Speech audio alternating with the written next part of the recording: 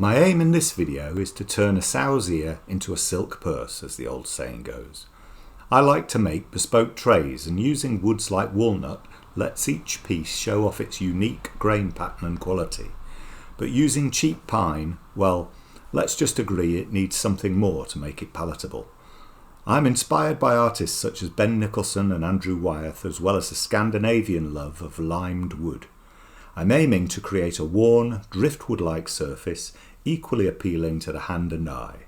So let's see what I can come up with.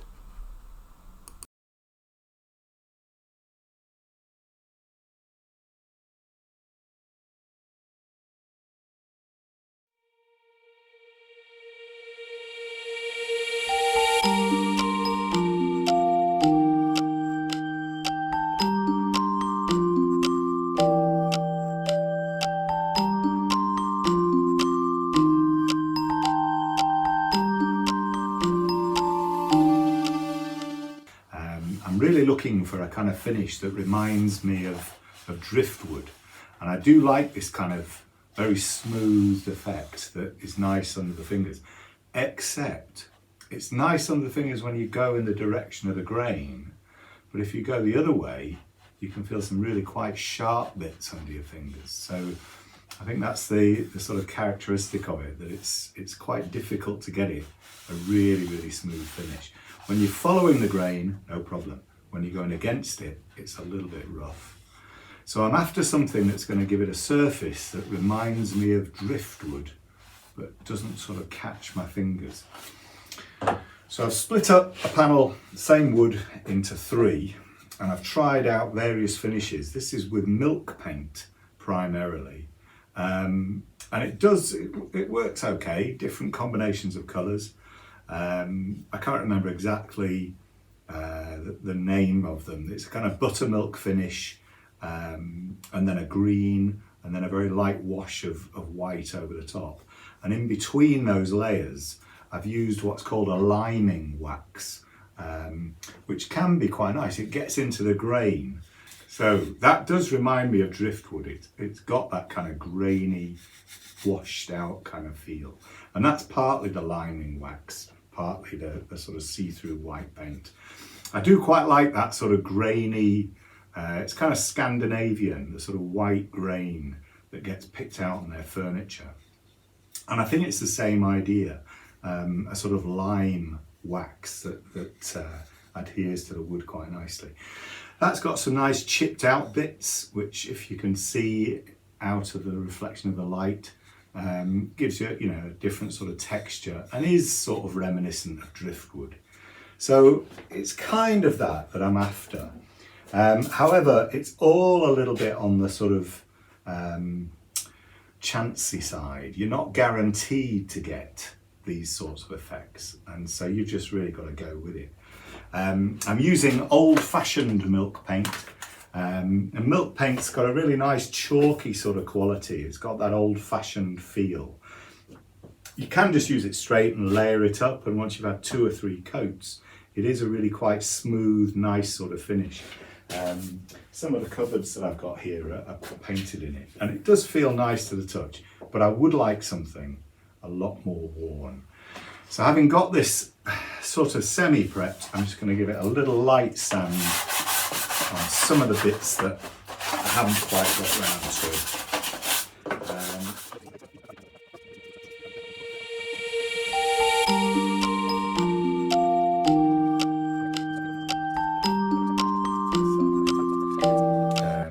Whilst I'm here, I'll tell you how I got some of these textures. Went to Robin Hood's Bay recently to collect pebbles off the beach, and this is what I've ended up with. Some are sandstone, obviously that's very similar to sandpaper, and some are much rougher. But I'm kind of thinking, if the sea produces such nice textures, then why not collect the pebbles and have a go at duplicating it.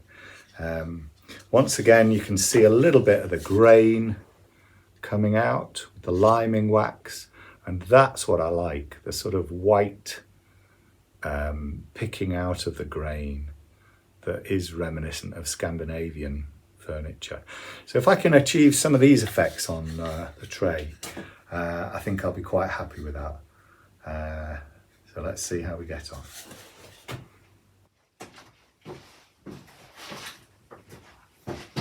Ta-da! Through the magic of stagecraft, we now have 2 coats of buttermilk on the tray. And I won't lift it up because it's wet, but it is starting to look a bit more solid. I'm thinking that I'll probably only use white and buttermilk on this, because it is quite a large tray, and anything that makes it look softer and a bit more relaxed might be more appropriate. The next stage is going to be distressing it a little bit, and I'll use the rocks and the sandpaper, and I'll show you how to do that. But I didn't think you'd really want to be bothered watching me put a second coat on. So there you go. So next step, dry it off, another 2-3 hours, then we'll come back and do a bit of distressing.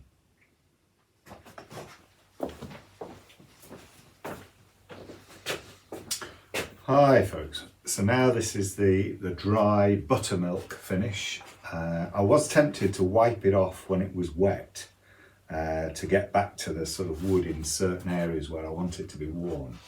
But I decided against that. I thought I'd see if I could do the distressing with some of these rocks and pebbles that I've gathered off Robin Hood's Bay Beach.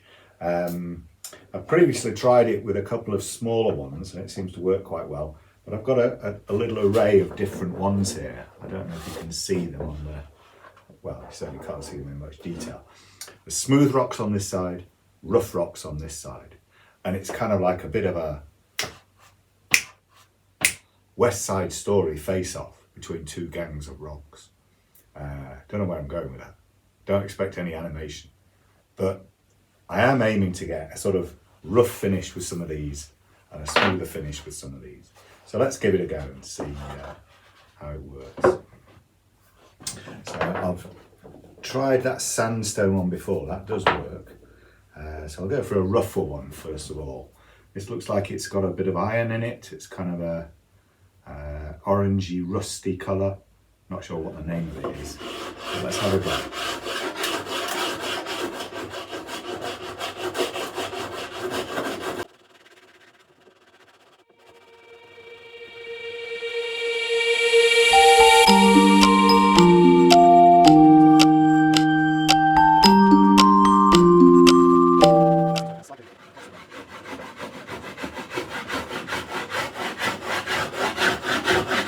It also has a slightly burnishing kind of quality to it, which I quite like. Just get a soft brush there and just brush away the excess of powder.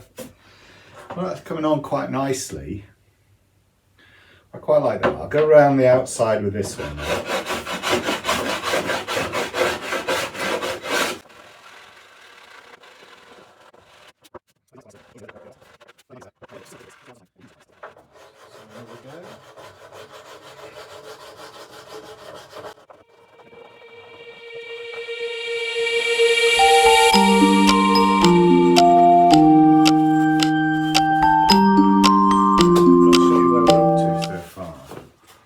So that's the kind of distressed finish on the outside that I do quite favour.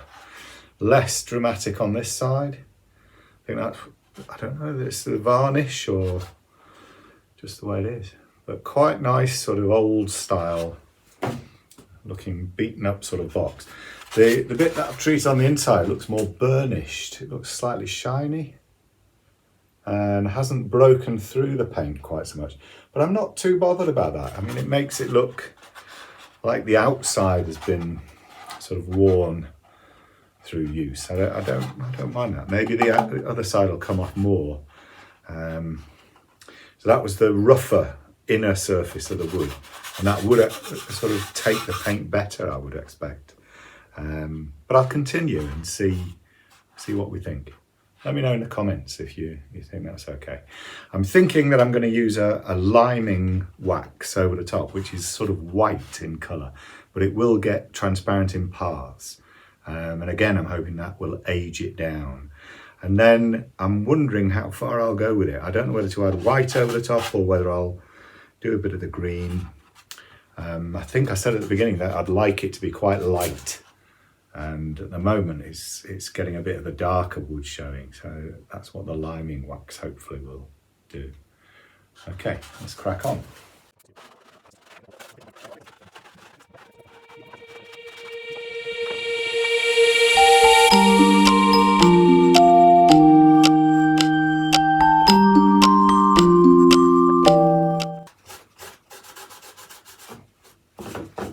So if I leave that to dry for about 30 minutes,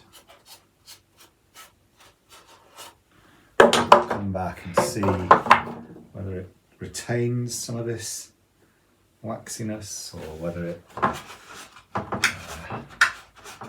benefit from just the white paint over the top. So far, I'm fairly happy with that. Some evidence of distressing.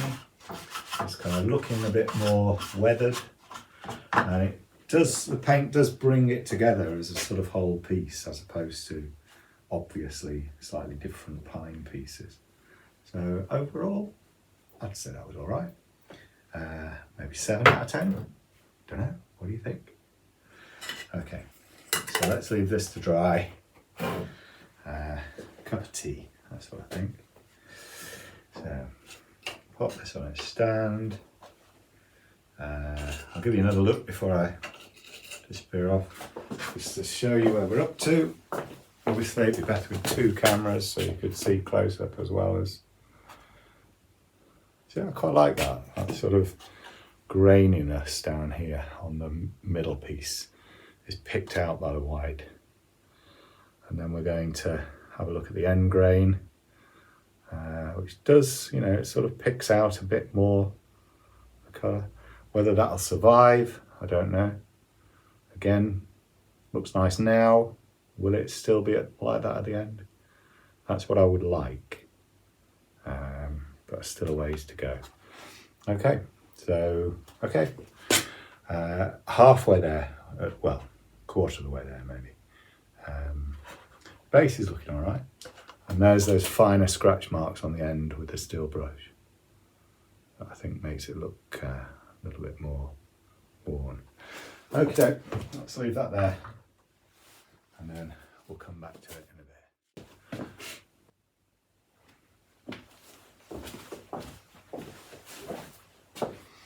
Okay folks, we've had half an hour's drying time. And you can see this is a little bit softer looking now that it's got the wax on it. I'm anticipating once I buff it in that will go a bit duller and it won't be as marked. But we'll have a go and see what it looks like. I might use a brush as well to get into some of these nooks and crannies. Just give it a little bit of a buffing with this cloth. And then the final bit is going to be the white paint that I put on, and then we'll distress that further and go through the same process of putting the wax over the surface. It does give it a sort of dull sheen, which I like. It's not at all plasticky looking. It does have a look of, well, it's reminiscent of a kind of soap finish. And also the way that the wax kind of catches on the edges of things does add to that sense of it being old. And there is just something really nice about that. I don't know why. Maybe it's my age. I like things that are old.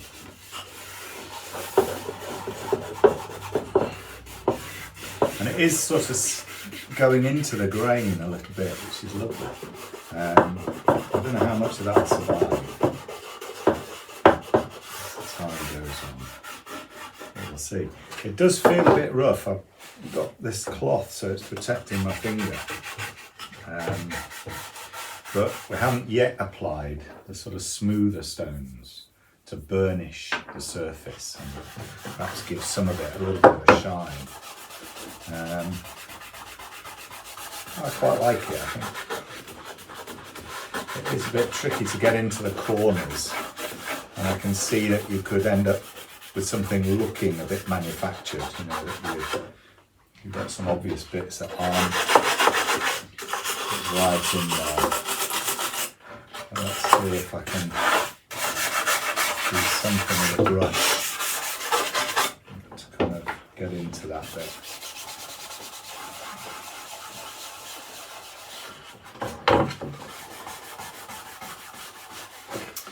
As I suppose it's something that is going to be layered with other colour, so it's as well not to get too precious about it. And I've got bits at the moment that I really like this bit of end grain on the holder for the brush. But you have to bear in mind this is just one step. It might not still look the same by the time you put the layer of paint on. So it is looking sort of aged, and the overall effect is nice because it does look lighter than it was before. I'm not going to do the burnishing with the stones yet. I think I will put some white paint on and then just see what it looks like. And then that burnishing I'll do as the sort of final step, I think.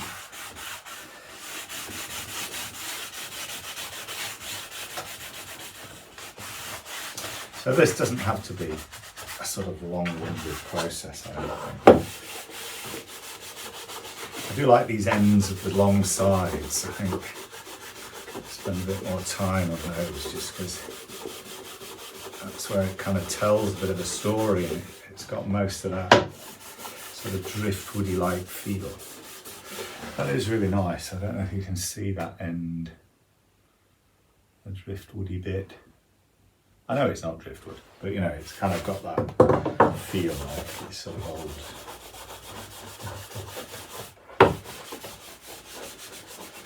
And with these rounded corners, it's a bit like it has been sort of buffeted around and worn out by the sea.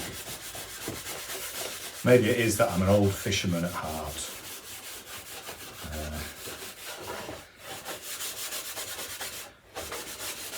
My mum always said she used to see me being a fisherman because I used to spend a lot of time on my own and just thinking about stuff. Hate to tell her that it was just nonsense, but I can see that. But I once took the kids fishing and we caught an eel, but we caught it through its eye and we were all too squeamish to take it off the hook. I had to get two young lads from down the pier to come and help. So much for Dad the fisherman.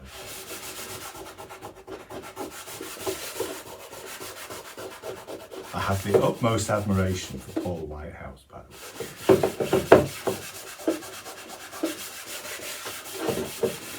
way. Some nice areas on the bottom there, which you won't generally see. But it's got a nice feel to it. It's kind of it has that sort of oldie worldy furniture, and again, where it is a bit more burnished and polished, I think that has got really near to the feel that I want, definitely. And especially these worn ends.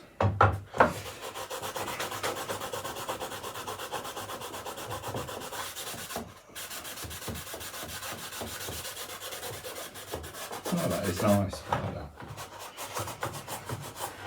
that is getting close to that sort of effect that I wanted, I think, with the end grain being picked out by the white and then looking a bit more burnished in parts.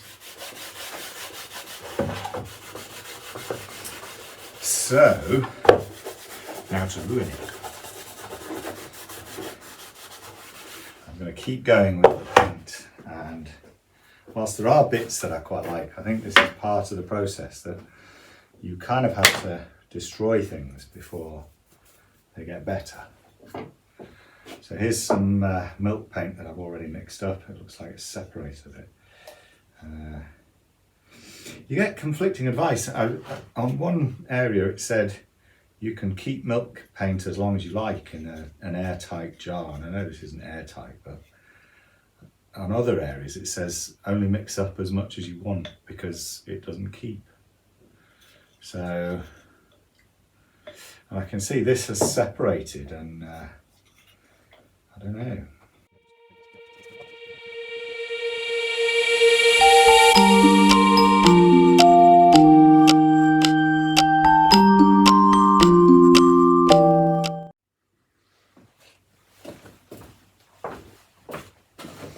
So just before the final coat of Osmo, I thought I'd rope in the smooth stones and do the final burnishing. See what kind of effect that produces. So this is just a smooth stone onto the surface.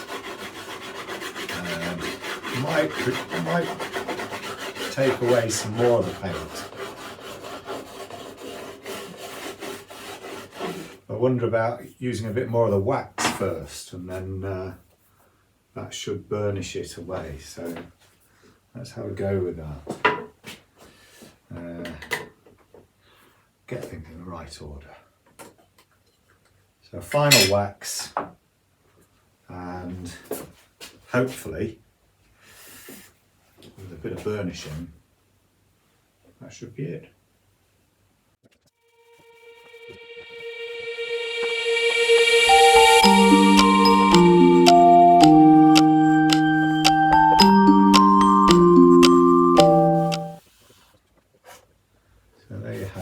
Far off, a driftwood finish with pebbles and milk paint.